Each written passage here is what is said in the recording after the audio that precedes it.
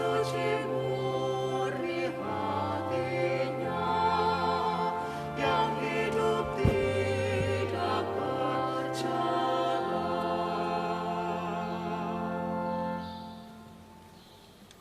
Dalam nama Bapa dan Putra dan Roh Kudus. Amin.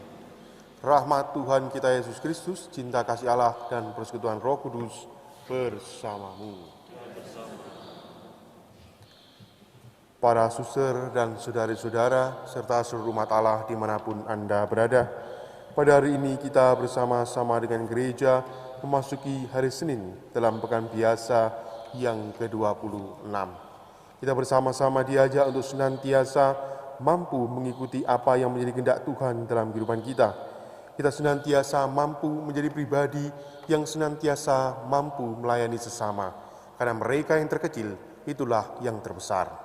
Menyadari akan segala kelemahan dan kekurangan kita yang kerap kali ingin menjadi pribadi penting dan kurang menyadari karena karya pelayanan kita, maka dari itu, marilah kita dengan hadirat Tuhan dan mohon ampun kepadanya.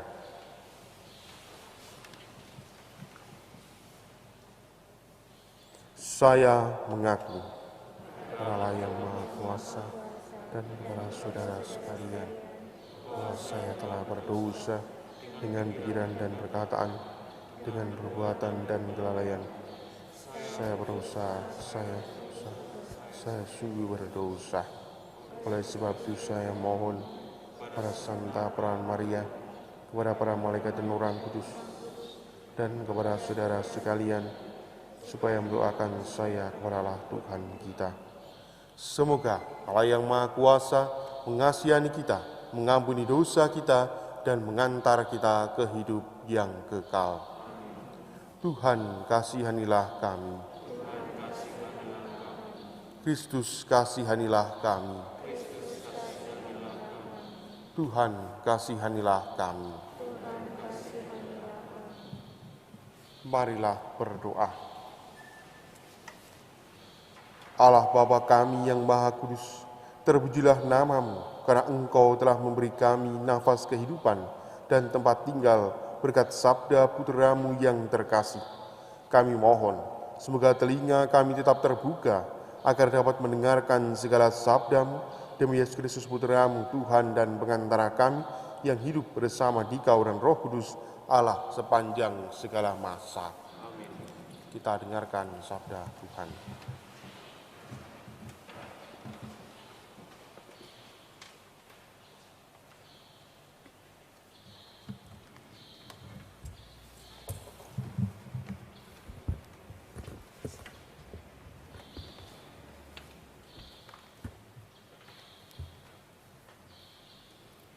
Bacaan dari kitab Ayub.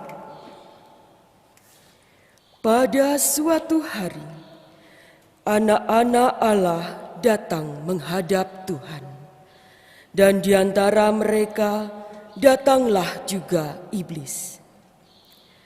Maka bertanyalah Tuhan kepada iblis, "Dari manakah engkau?"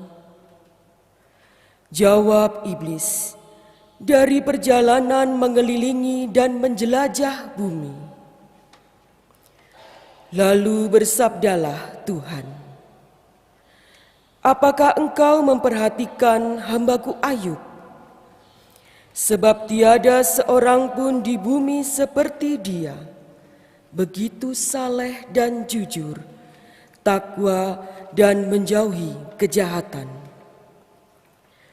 Lalu jawab iblis, "Bukankah Ayub mendapat keuntungan karena takwanya? Bukankah engkau yang membuat pagar sekeliling dia dan rumahnya, serta segala miliknya? Apa saja yang dikerjakannya telah kau berkati, dan apa yang dimilikinya makin bertambah di negeri itu.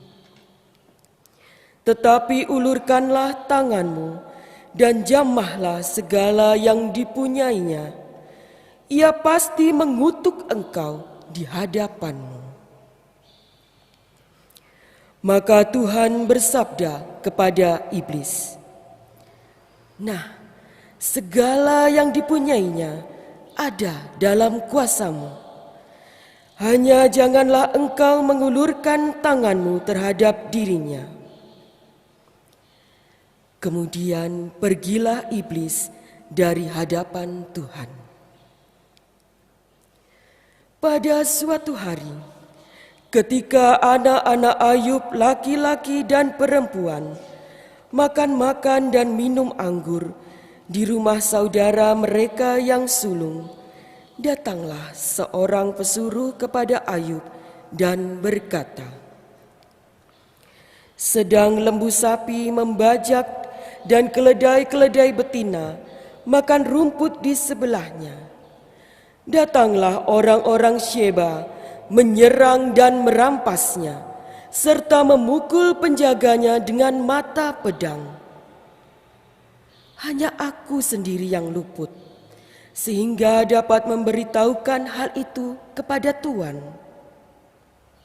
Sementara orang itu berbicara, datanglah orang lain dan berkata, api telah menyambar dari langit dan membakar serta memakan habis kambing, domba, dan para penjaga. Hanya aku sendiri yang luput, sehingga dapat memberitahukan hal itu kepada Tuan. Sementara orang itu berbicara, datanglah orang lain lagi dan berkata, orang-orang Kasdim membentuk 3 pasukan, lalu menyerbu unta-unta dan merampasnya, serta memukul para penjaga dengan mata pedang. Hanya aku sendiri yang luput, sehingga dapat memberitahukan hal itu kepada Tuan.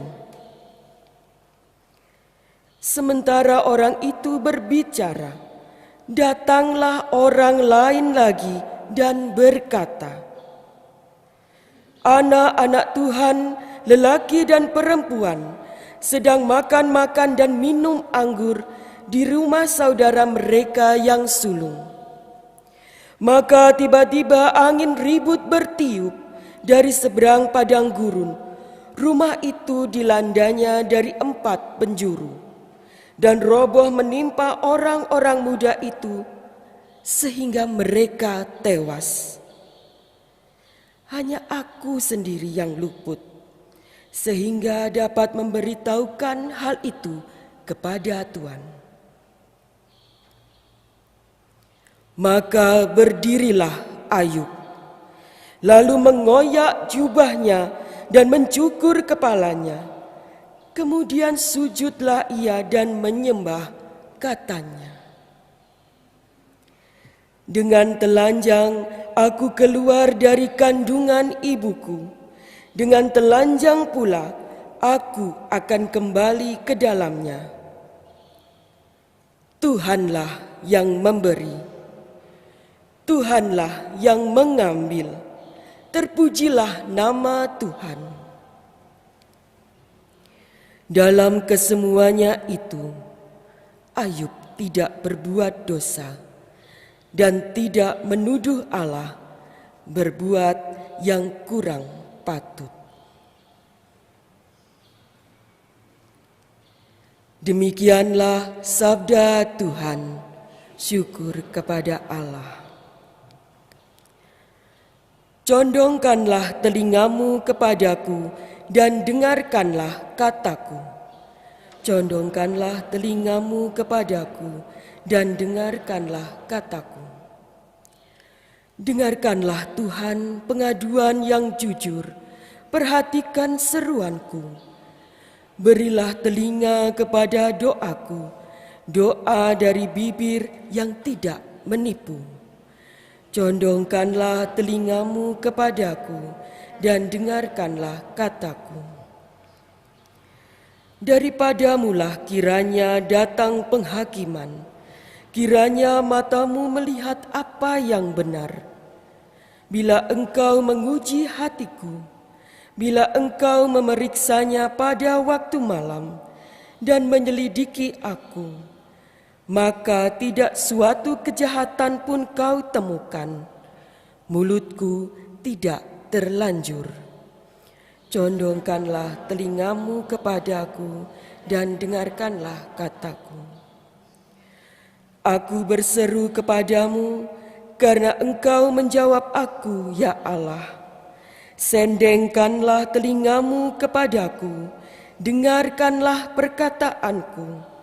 Tunjukkanlah kasih setiamu yang ajaib, ya Engkau yang menyelamatkan orang-orang yang berlindung pada tangan kananmu terhadap pemberontak.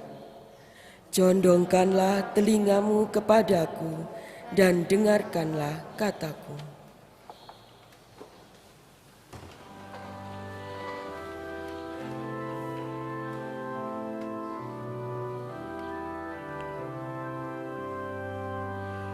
Haleluya, haleluya, haleluya, haleluya, haleluya, haleluya. Anak manusia datang untuk melayani dan menyerahkan nyawanya sebagai tebusan bagi banyak orang. Haleluya, haleluya, haleluya. Tuhan bersamamu. Inilah Injil Yesus Kristus menurut Lukas.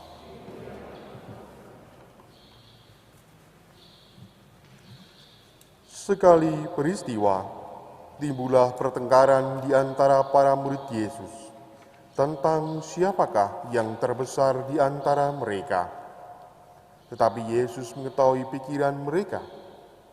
Karena itu, Ia mengambil seorang anak kecil dan menempatkannya di sampingnya. Lalu Ia berkata kepada mereka, "Barang siapa menerima anak ini demi namaku, dia menerima aku. Dan barang siapa menerima aku, menerima dia yang mengutus aku. Sebab yang terkecil di antara kalian, dialah yang terbesar." Pada kesempatan lain, Yohanes berkata, "Guru, kami melihat seorang mengusir setan demi namamu, dan kami telah mencegahnya, lalu ia bukan pengikut kita." Tetapi Yesus menjawab, "Jangan kalian cegah, sebab barang siapa tidak melawan kalian, dia memihak kalian."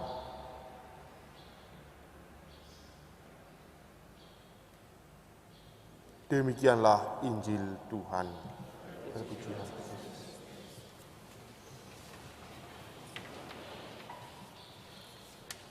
Romo, suster, dan saudari-saudara yang terkasih, di dalam kehidupan kita sehari-hari, ketika kita mendapatkan suatu tugas dan tanggung jawab, maka hal pertama yang pasti akan muncul dalam kehidupan kita menjadi sosok pribadi yang istimewa, karena mendapatkan suatu kepercayaan yang berbeda dengan yang lain. Kira-kira perasaan itu pula lah yang juga dialami oleh para murid pada saat itu. Mereka sebagai orang-orang terdekat Yesus telah diberikan suatu kuasa khusus di dalam diri mereka untuk bisa melaksanakan tugas perutusan mereka, menyembuhkan banyak orang sakit, mengusir roh-roh jahat, dan mewartakan kerajaan Allah. Ada suatu keistimewaan di dalam diri para rasul. Dan hal itu ketika tidak hati-hati akan membuat seorang lalu jatuh pada kesombongan rohani. Maka dari itu Yesus mengingatkan kepada para muridnya, karena mereka sudah mengarah kepada hal itu.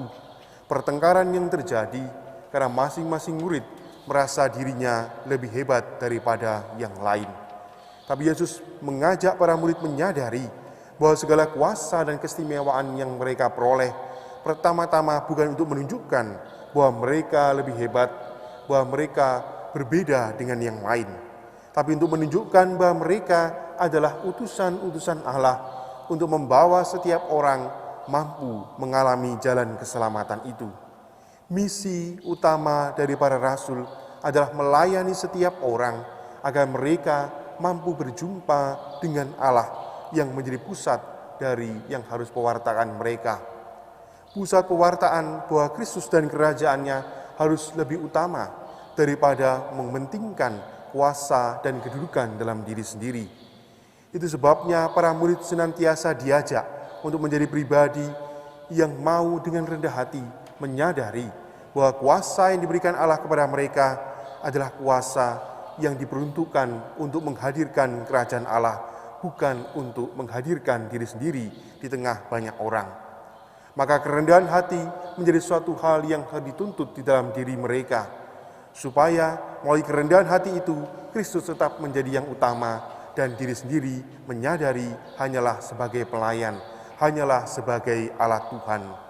Di samping itu, pada poin yang kedua, Yesus juga menunjukkan kepada kita semua bahwa setiap orang yang mendukung karya keselamatan, meskipun bukan bagian dari kelompok kita, mereka tetap harus didukung selama segala karya dan tugas mereka sama-sama menghadirkan kerajaan Tuhan. Para murid merasa sebagai kelompok yang eksklusif, sehingga ketika ada orang lain yang melakukan tindakan yang serupa dengan mereka dan dipandang tidak masuk kelompok, maka mereka dengan penuh arogansi melarang orang-orang itu. Tapi Yesus mengingatkan bahwa siapapun yang mendukung karyamu, mereka pula lah bagian dari keluarga kita. Mereka lah bagian dari komunitas kita, meskipun secara fisik mereka tidak termasuk dalam golongan para rasul. Maka dalam hal ini kita bersama-sama diajak untuk juga menjadi pribadi yang terbuka, untuk memberikan peluang kepada setiap orang yang juga ikut serta dalam karya pewartaan kerajaan Allah, bersama-sama dengan kita, bergandengan tangan, mewujudkan kerajaan Allah, sehingga akhirnya kerajaan Allah yang diwartakan dunia ini makin hari makin besar dan Allah makin dikenal oleh setiap orang.